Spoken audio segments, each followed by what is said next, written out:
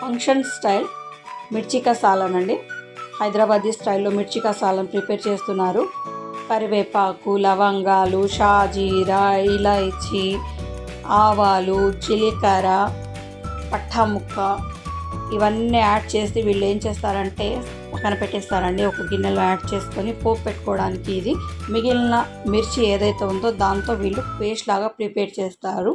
ఇది ఏది ఎంత ఏ క్వాంటిటీలో వేశారు అనేది నేను మీకు ఇక్కడ కింద డిస్క్రిప్షన్లో లింక్ ఇస్తానండి. కింద లింక్ క్లిక్ చేస్తే మీకు ఈ వీడియో మొత్తం క్లియర్గా అర్థమవుతుంది. ఏది ఎంత వేశారు అనేది కూడా నేను అక్కడ డిస్క్రిప్షన్లో రాశాను.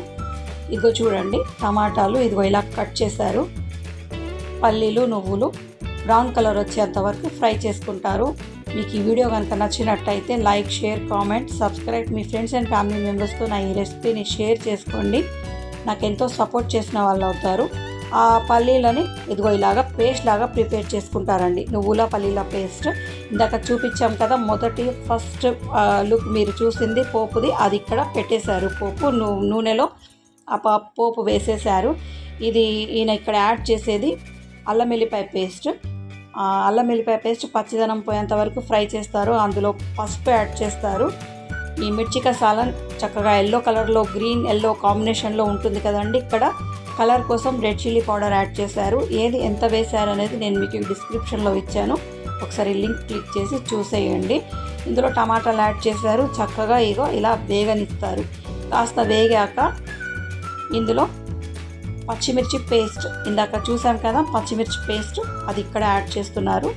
అది యాడ్ చేసుకున్నాక వీళ్ళు కొంచెం కొంచెంగా వాటర్ స్ప్రింకిల్ చేస్తూ సాల్ట్ టేస్ట్ చూస్తూ యాడ్ చేస్తారండి. ఒకేసారి యాడ్ చేయరు, కొంచెం కొంచెంగా వీళ్ళు వేసే ఇంగ్రీడియంట్స్ని బట్టి ఉప్పు యాడ్ చేస్తూ ఉంటారు. ఇది ధనియాల పౌడర్, హాఫ్ ప్యాకెట్ వరకు ధనియాల పౌడర్ యాడ్ చేశాడు. 1/2 kg ప్యాకెట్ అది. దానికి నేను మీకు ఒకసారి డిస్క్రిప్షన్లో చెక్ చేసుకోండి మీరు. ఇది పేస్ట్ ఇక్కడ యాడ్ చేశారు. ఇది ఎంత అనేది కూడా నేను రాశాను క్లియర్గా.